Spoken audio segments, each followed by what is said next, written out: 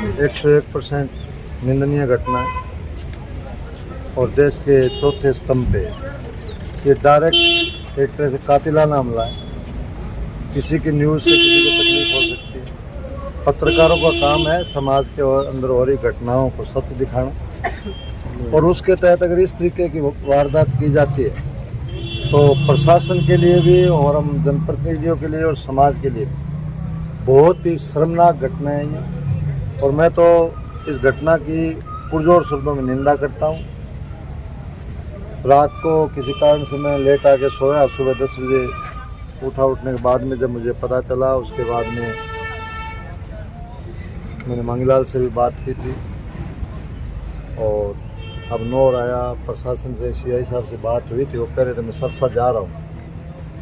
बात यह है कि प्रशासन अपना काम त्वरित गति से करे ताकि कोई और न्यूसेंस शहर में नहीं पैदा हो, और जो भी अपराधी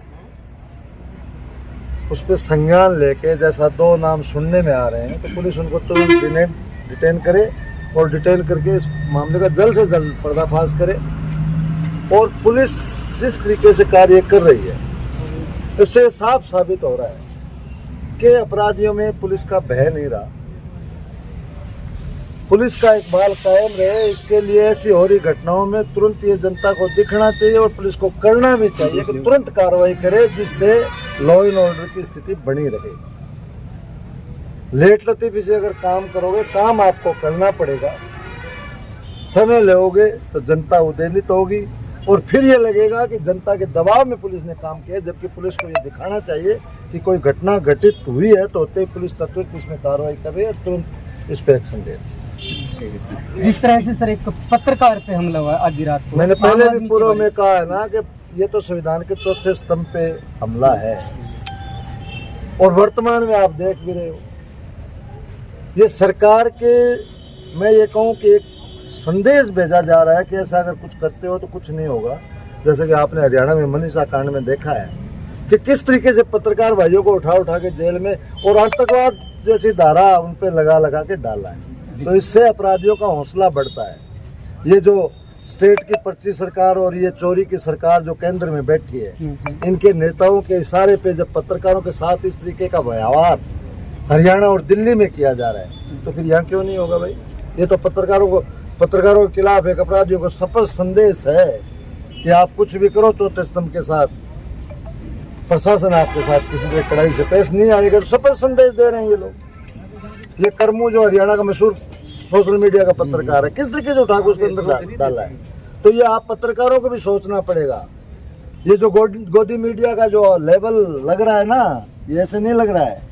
कहीं ना कहीं चौथे स्तंभ में भी कुछ खामियां है, उस पर सच्चाई पे आपको आना पड़ेगा। सोन दिल गलत है तो निर्धड़क घबराहट बताइए कि ये गलत कर रहा है। सोन दिल अगर सही कर रहा है तो ये बताइए सही कर रहा है।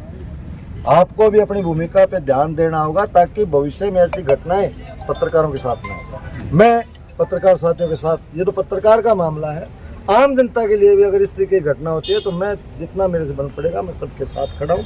मेरा जो सहयोग है मैं सहयोग देने के लिए तैयार हूँ। अभी प्रशासन सीआई साहब से बात है, वो आ जाएंगे। अगर पुलिस इसमें कार्रवाई नहीं करती है तो जैसा आप सब साथी निर्णय करेंगे हम उसमें आपके साथ। और सर न केवल पत्रकार, बहू बेटी भी सुरक्षित नहीं है। 1:30 बजे घर में आके बात फिर वही आती है कि बलात्कार कर दिया जाता है, फिर उसकी हत्या कर दी जाती है। एक पीआर कुछ कहती है पोस्टमार्टम रिपोर्ट, दूसरी में एक में आंखें गायब हो जाती है, दूसरी पीआर में आंखें मिल जाती है, फिर पत्रकारों को उठा के जेल में। तो ये हो क्या रहा है देश के अंदर।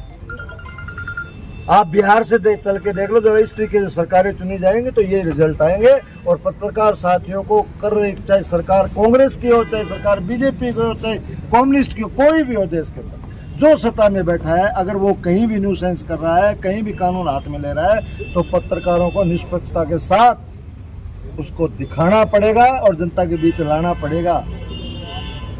पर्दे के पीछे वाली कार्रवाई इसमें अगर होती रही ना तो हालात यही होंगे भाई। सचेत हो जाओ सारे, चाहे कोई भी हो, उसके खिलाफ बोलो, गलत को सही करने की हिम्मत रखोगे तो बेखौफ जो हो रखे अपराधी उन पर बिल्कुल अंकुश लगेगा। अन्यथा तो इसका ये रामराज जो कहते हैं, इसका राम ही धनी है भाई, कोई इलाज नहीं। ठीक, पर हम आपके साथ। धन्यवाद।